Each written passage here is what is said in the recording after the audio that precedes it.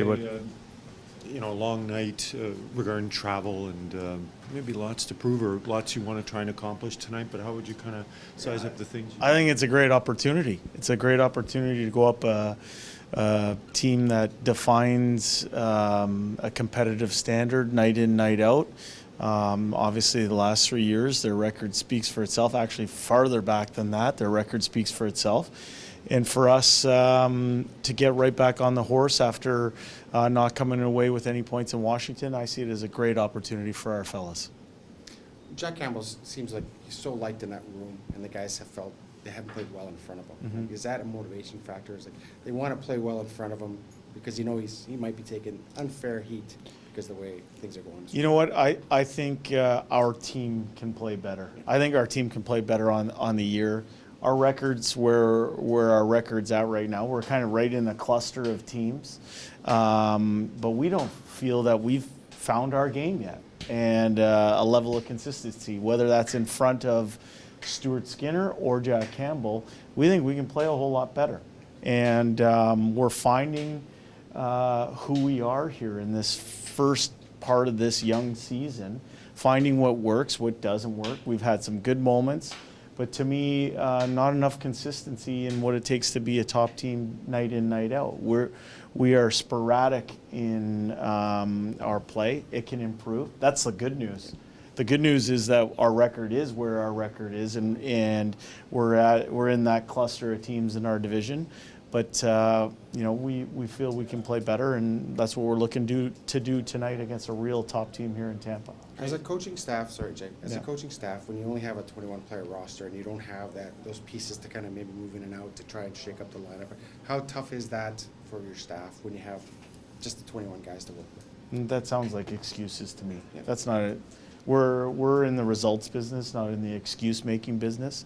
Moreover, I would say that for our team, our staff, is focused on solutions. We're solutions-based, and we're trying to come up with ways to help our group to find that level of consistency. As I said, there's been some good moments. We lost another one-goal game yesterday. Our penalty kill took on water. We gave up 4 goals. We lost a one-goal game. But our fight, our spirit was there, but we found a way to not win it. And what we have to do is build a level of consistency in our game so that we find ways to win games. Given that there hasn't been a practice day, are there any tangible upgrades or changes that you can make to the penalty kill, just given that you haven't had a lot of time to work on it? Yeah, as I said, we're not so much focused on the problems, we're focused on the solutions. And, over the last 24 hours, we talk a lot about the people we use on the penalty kill.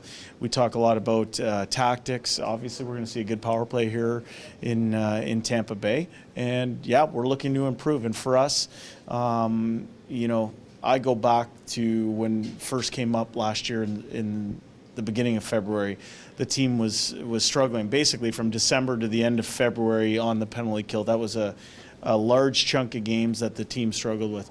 But I think by the end of the year, from February 10th to the end, game 82, the team was around the 82% mark, 82.1 or something like that.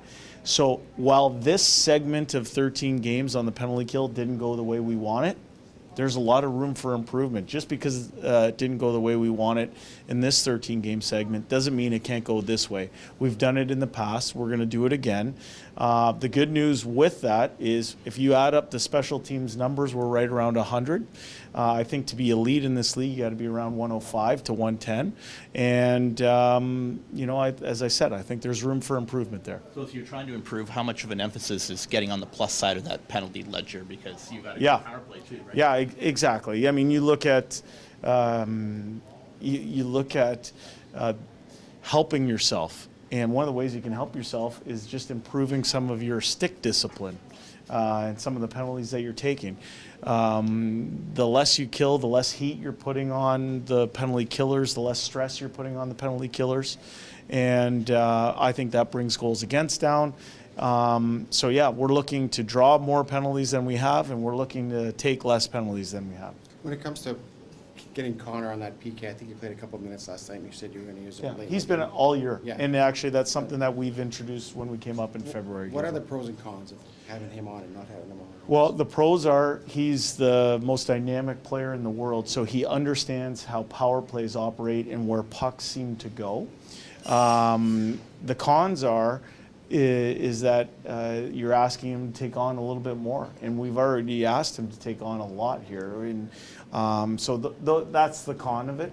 But I think he's a smart player. He has a good rapport or PK chemistry with Evander Kane. They both skate well. They close fast, and they're both have the attributes of really good penalty killers. I know you have a lot of guys that can PK, but one of the players heading into the year that you wanted to try more was Warren Fogle. It seems like maybe that's taken a bit of a slide. Do you think you can get him back into the? Yeah. I think we're open for business. We are looking for people that want to contribute, and it's not from a lack of trying. We've mixed a lot of people in there. We've flipped pairings up front. We've flipped pairings on the back end. I think it's that 13-game window where we struggled. But like I said, we're focused on solutions. Our vision's through the windshield, not through the rear view mirror.